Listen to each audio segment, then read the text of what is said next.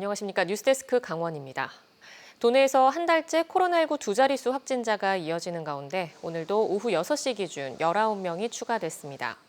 강릉에서는 외국인 근로자 3명을 비롯해 7명이 추가 확진됐고 동해와 춘천에서 각각 3명, 원주와 홍천에서 각각 2명, 속초와 인제에서 각각 1명씩 양성 판정을 받았습니다.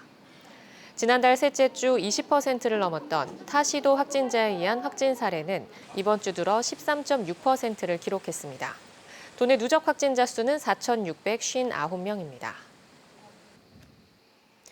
요즘 낮 기온이 35도를 넘나들면서 가만히 앉아만 있어도 땀이 줄줄 흐를 정도인데요. 코로나19 4차 대유행에 방역 인력들은 코로나와의 사투를, 폭염과의 사투를 벌이고 있습니다. 홍한표 기자가 보도합니다. 한낮 기온이 35도를 웃도는 강릉의 한 야외 선별 진료소. 그늘에 가만히 있어도 더운 날에 방역 요원들은 방호복과 장갑을 끼고 얼굴에는 마스크 실드까지 쓴 채 안내에 분주합니다. 마스크 실드를 올리고 체온을 재보니 38.6도. 방호복 안은 한참 땀으로 젖습니다. 가만히 있어도 땀이 많이 나는데 그냥 페이스 실드라든지 이런 방호복 같은 것도 입으면은 더 체온이 상승을 해서 많이 덥긴 하지만은 빨리 이제 코로나가 종식되기 위해서 저희가 노력할 수밖에 없기 때문에. 짬이 날 때면 잠시 얼음 위에 손을 올려보고 목에 얼음 밴드를 하고 선풍기 앞에 서보지만 천막 속 열기를 식히기엔 역부족입니다. 두꺼운 방호복과 장갑을 낀 채 코로나19 바이러스 검체를 채취하다 보면 몸과 마음은 어느새 지쳐갑니다. 숨 쉬는 게 되게 좀 힘들거든요. 그러니까 조금 말을 좀 더 많이 해야 되는 경우에는 특히나 더 그렇고. 검사를 받으러 온 시민들은 무더위에 연신 땀을 닦다가도 방역 요원들을 볼 때마다 숙연해집니다. 고맙죠. 너무 감사드리고 굉장히 더운 날씨에도 이렇게 고생해 주시는 거 보면은 그만큼 다들 이제 조심을 해야 되는 부분이 있지 않나라는 생각을 합니다. 변이 바이러스 확산, 인력 부족 속에 강원도 내 선별 진료소 38곳에서는 폭염과의 사투를 한창 벌이고 있습니다. MBC 뉴스 홍한표입니다. 방금 보신 것처럼 방역 요원들은 이렇게 폭염 속에 악전고투하고 있습니다. 정선군이 도내 처음으로 상시 선별 진료소를 설치해 이런 부담을 덜게 됐습니다. 조규환 기자입니다.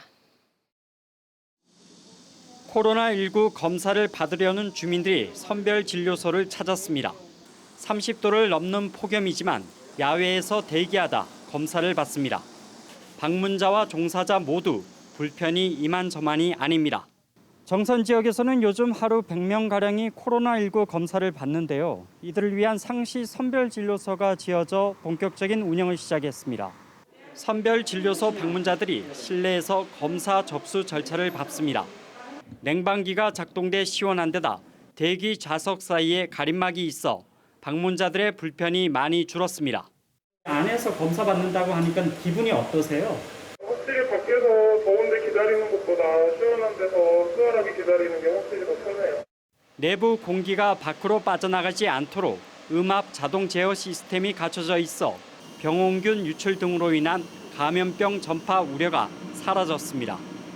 선별 진료소 종사자들도 방문자와 따로 분리된 공간에 머물며 검사를 진행해 이제 방호복을 입지 않아도 됩니다.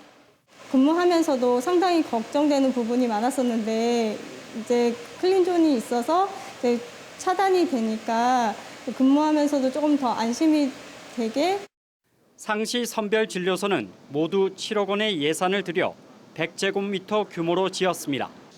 호흡기 질환자를 사전 진료하는 시설을 갖춰 코로나19 감염 의심자를 미리 선별할 수도 있습니다. 대규모 확진자가 발생했을 때는 이 시설을 이용하기가 힘들겠지만 일상적으로 확진자가 발생하는 경우에는 이 시설에서 충분히 검사가 가능하기 때문에 상당히 편리한.